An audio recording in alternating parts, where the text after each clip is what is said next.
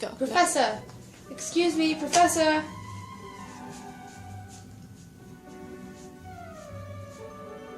Well, if it isn't Mr. Potter, tell me, what heroic endeavor do you find yourself in today? Professor, I was wondering if you might help me with a slight problem I'm having with the Yule Ball Committee. Indeed.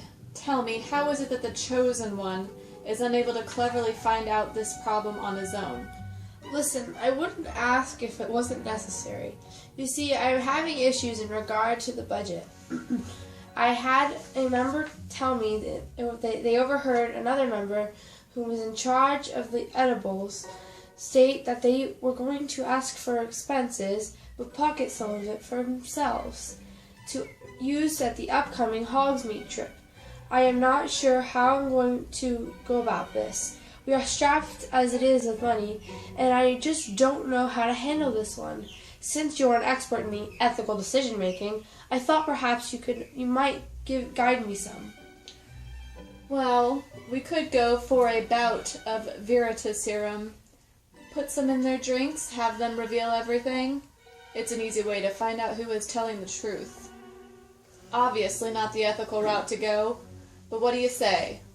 No? I thought not. So you have found yourself with an ethical dilemma.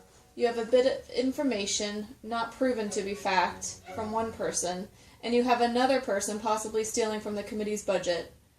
Bringing to attention the issue might cause a rift in your committee, and all of your work thus far could possibly be ruined.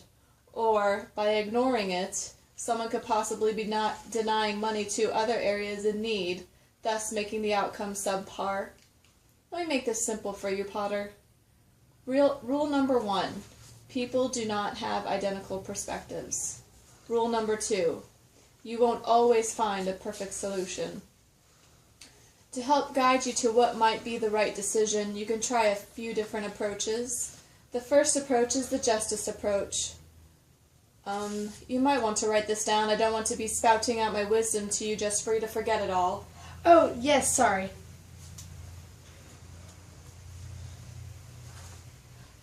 Okay, I'm ready.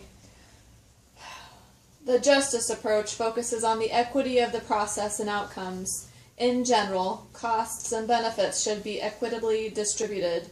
Rules should be impartially applied, and those damaged because of inequity or discrimination should be compensated. Or, there is the utilitarian approach. This approach focuses on the consequences of an action. You would basically try to make a decision that would result in the greatest good. There's also the moral rights approach. This approach will have you focusing on the moral standing of actions independent of their consequences. You will want to choose the action that conforms with moral principles and provides positive consequences. Lastly, there is the universal approach.